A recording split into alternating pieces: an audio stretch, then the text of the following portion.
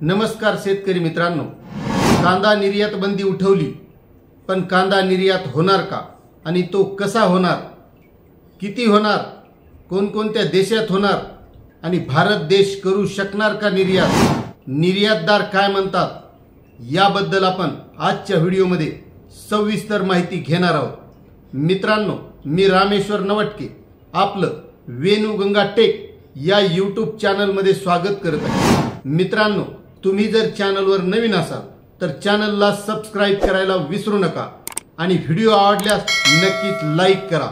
तर चला मित्रांनो, आजच्या व्हिडिओला सुरुवात करूया।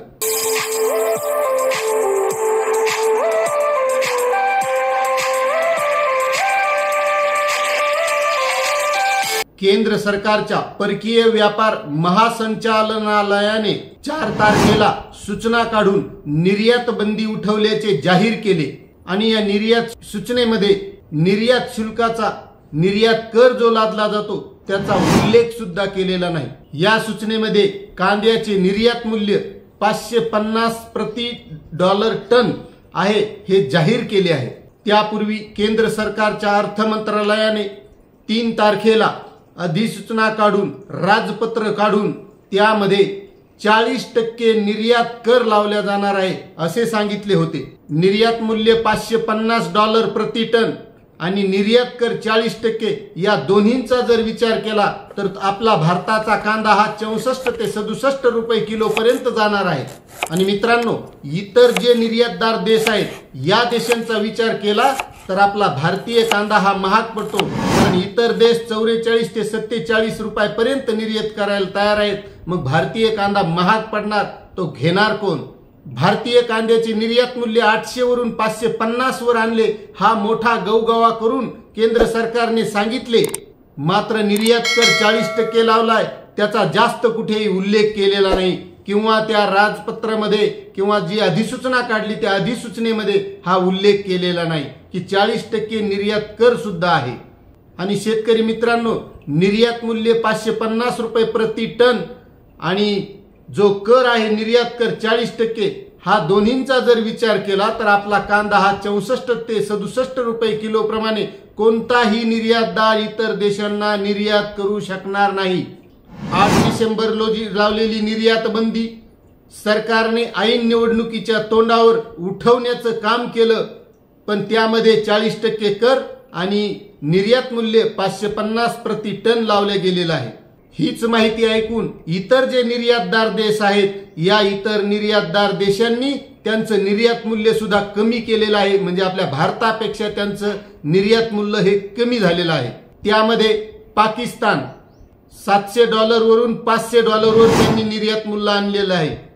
त्यानंतर म्यानमारने 600 वरून $500 वर हे निर्यात मूल्य आणलेलं आहे। आणि शेतकरी मित्रांनो, चीनने तर 500 वरून 400 वरच हे निर्यात मूल्य आणून ठेवलेलं आहे। आणि मित्रांनो, भारताच्या कांद्याच्या भावाचा जर विचार केला, निर्यात कर आणि निर्यात मूल्य या दोन्हीचा जर विचार केला तर 800 प्रति डॉलर आपलं निर्यात मूल्य हे जातं। मग हा कांदा खरेदी करणार कोण? मग शेतकरी मित्रांनो, 8 डिसेंबर रोजी लावलेली ही निर्यात बंदी आणि त्यावर हा लावलेला कर आणि त्यानंतर 550 प्रति डॉलर निर्यात मूल्य या दोन्हींचा विचार केला तर मग ही बंदी उठवलेली जी आहे ती फक्त निवडणुकीसाठी मतांचा विचार करूनच केलेला स्टंट आहे का, असा सुद्धा शेतकऱ्यांना प्रश्न पडतोय।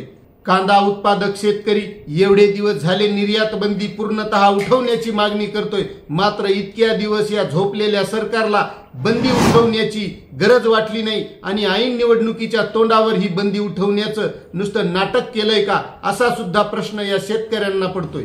आणि एवढंच न समजणे इतका कांदा उत्पादक शेतकरी काही दूधखुळा नाहीये। यातून एवढंच दिसतंय की मतदानापुरतं फक्त दाखवायचं की निर्यात बंदी उठवली, त्यावर निर्यात मूल्य तसंच ठेवायचं, निर्यात कर सुद्धा तसाच ठेवायचा, म्हणजे भारतातून कांदा निर्यात होणार नाही याचीच काळजी घेतल्या जाती, म्हणजे फक्त ग्राहकांना भाव वाढू नये हेच यातून दिसतंय। आणि शेतकरी मित्रांनो, अशीच जर परिस्थिती राहिली तर कांद्याची स्थिती यापुढे अशीच राहील, असंच हे सरकारनं जे काही चालवलं यावरून हे दिसतंय। मात्र हे शेतकऱ्यांच्या आता पूर्णतः लक्षात सुद्धा यायला लागले। म्हणून मित्रांनो, तुम्हाला या निर्यात बंदीबद्दल काय वाटतंय तुम्ही नक्कीच कमेंट करून कळवा आणि या व्हिडिओला लाईक करा। चॅनलवर नवीन असाल तर सबस्क्राईब करायला विसरू नका। तर शेतकरी मित्रांनो, भेटूया अशाच नवनवीन माहितीसह नवनवीन व्हिडिओमध्ये। तोपर्यंत धन्यवाद।